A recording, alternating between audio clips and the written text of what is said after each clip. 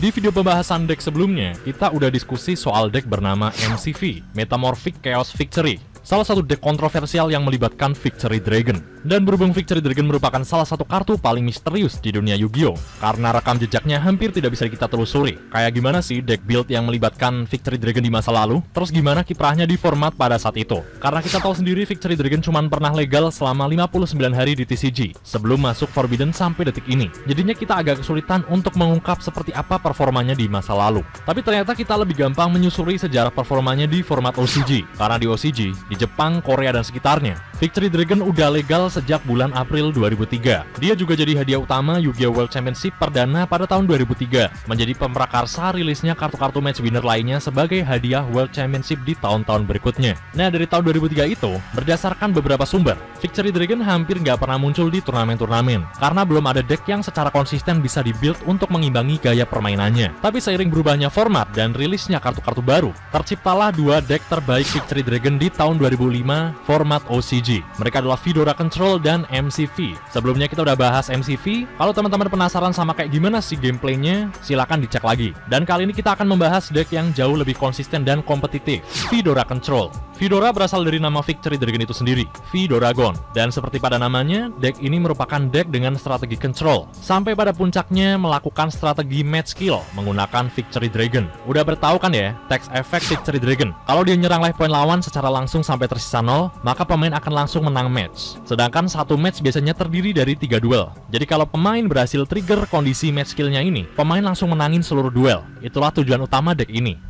Dan ini adalah salah satu resep deck Fedora Control di format September 2005. Fokus utama deck ini adalah memungkinkan match skill pakai Victory Dragon. Victory Dragon nanti dikombokan pakai D-Trap. D-Trap dipakai buat mengubah semua monster face up di field pemain jadi Dragon type monster. Dan nantinya bisa ditribute buat persyaratan samanya Victory Dragon. Combo ini dilakukan di akhir, kalau kontrolnya udah berhasil. Terus di bagian controlnya, ada combo Draw Lock yang melibatkan Tsukuyomi, Mask of Darkness, sama Time Seal. Ketiga kartu ini bisa menciptakan lock tak terbatas, bikin lawan skip gilirannya terus-menerus. Pemain nyicil kurangin life point lawan sampai nanti Victory Dragon siap mendarat ke field. Tiga monster ini, Swarm of Locust, Swarm of Scarab, sama Dazzle Kuda, punya efek flip yang bisa diulang terus. Bisa dipakai buat dapetin plus terus-menerus. Destroy monster, spell, sama draw tiap gilirannya. Spirit Reaper dipakai buat pertahanan yang lebih aman secara combat. Part of Grid buat draw power gratis. Terus kartu-kartu Floodgate yang bikin lawan gak bisa nyerang. Ada Nightmare Steel Cage, Sword of Revealing Light, Level Limit Area B, Wall of Revealing Light, sama Gravity Bind.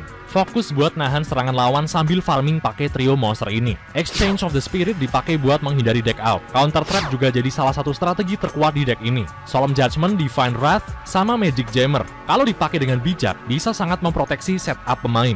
Terus selain Emergency Provisions yang dipakai buat lepasin locknya, kayak buang Gravity Bind, pemain juga bisa pakai Raigeki Break buat destroy kartu di field secara fleksibel. Oke, udah ada gambaran kan strategi deck ini? Buat gambaran juga, format September 2005 adalah format pasca dipentungnya deck Mutant Chaos, yang kalau di TCG lebih terkenal dengan sebutan deck Ghost Control. Sehingga saat itu yang mengisi vacuum of power adalah deck kayak Gadget, Chaos Recruiter, sama Yomi Emperor atau Monarch. Jadi resep deck Fedora Control ini dirancang untuk bisa bersaing dengan deck-deck meta kayak mereka. Dan inilah sedikit gambaran sepak terjangnya Fedora Control di format OCG September 2005. Jadi kurang lebih seperti ini replika permainan Fedora Control di tahun 2005. Kita bisa stall dulu pakai Spirit Reaper, asalkan nggak kena Nobleman of Crossout, pertahanannya udah cukup kokoh. Makanya di sini kita backup pakai Counter Trap, walaupun costnya mahal tapi worth it. Para grid draw 2 kartu, set Scarabs buat destroy, dan semoga bakal aman karena udah dapat level limit area B. Oke, Tribone Frog balik ke field tiap standby phase, di tribute pakai Mobius, bisa destroy 2 big row, tapi tenang di sini kita ada Divine Wrath, jadinya aman. Jadi ya gini teman-teman, seperti namanya Fedora Control, kita kontrol atau kendalikan arus permainan dengan kartu-kartu kita. Seperti ngasih lock sederhana pakai level limit area B. Terus nanti monster-monster kita kayak Scarabs juga bisa kontrol field pakai efek destroy-nya. Kalau ada Dazzle Kuda bisa draw 1 kartu tiap giliran. Sampai nanti combo piecesnya udah siap untuk ngelakuin match skill. Spirit Reaper di sini juga bisa perlahan buang-buang kartu di hand lawan, bisa ngelengkapin kombonya Time Seal nantinya. Biar hand lawan cepat habis juga di sini. Sangat di sini juga mancing-mancing, kita pakai Scarab buat destroy yang pertahanannya besar dulu. Jadi pelan-pelan, jangan destroy serangannya dulu. Soalnya dia nanti bisa search ke kartu aneh-aneh. By the way, Sangan level 3 ya, jadinya bisa nyerang. Biar gak dihancurin pakai Sangan, kita bisa flip face down pakai Tsukuyomi. Kita habisin kartu di fieldnya lawan. Jadi lawan gak set last will karena nanti bisa gagalin efek revive-nya Tribone Frog di graveyard ya. Kita biarin dulu sampai habisin board presence-nya lawan.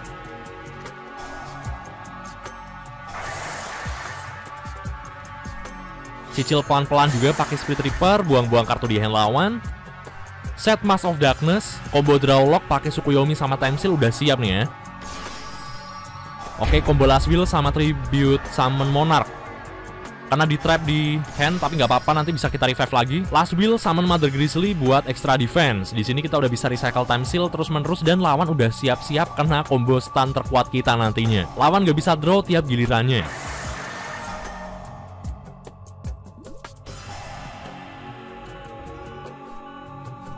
Di sini lawan dapat Mobius, pastinya salah satu target destroy-nya adalah level limit area B. Kita chain aja pakai Time Seal, sekalian biar next lawan skip draw phase-nya. Masih ada Raigeki Break di sini, kita protect Scarabs karena dia kunci buat ancurin Mobius nantinya. Jadi ya gini teman-teman, deck control pada umumnya pada zamannya banget ya. Dan lawan udah kena lockdown di sini. Next dia nggak bisa masuk ke draw phase, sedangkan kita masih bisa recycle Time Seal pakai Mask of Darkness. Tinggal kita cicil aja life point-nya sampai ada di range OTK-nya Victory Dragon. Berarti kita tinggal nunggu Victory Dragon-nya aja nih ya. Di sini lawan juga nyoba buat nyari damage ke diri sendiri pakai Tribone Frog biar life point-nya habis dan kalah satu duel aja ya sebelum kena match kill. Soalnya lawan juga nggak bisa surrender karena peraturan di OCG. Kalau lawan ketemu sama pemain yang bawa Victory Dragon dan mau surrender, lawan harus surrender seluruh match-nya. Victory Dragon udah di tangan di sini, tinggal recycle di trap aja, udah siap mendaratin Victory Dragon buat trigger match kill-nya. Kita juga udah bisa nahan percobaan bunuh diri Tribone Frog-nya lawan ini pakai kartu kayak Wall of Revealing Light yang cuma ngimbas ke lawan aja. Udah saatnya ambil di trap dari graveyard pakai Mask of Darkness, hancurin Tribone Frog sekaligus kurangin life point lawan sampai siap di OTK Victory Dragon.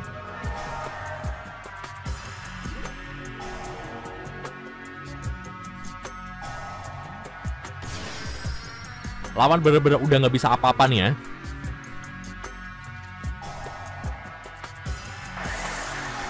Dan langsung aja aktifin di trap, ubah semua monster face up di field jadi dragon, summon Victory Dragon dan menang seluruh match. Deck ini terus berkembang hingga masuk ke format tahun 2006.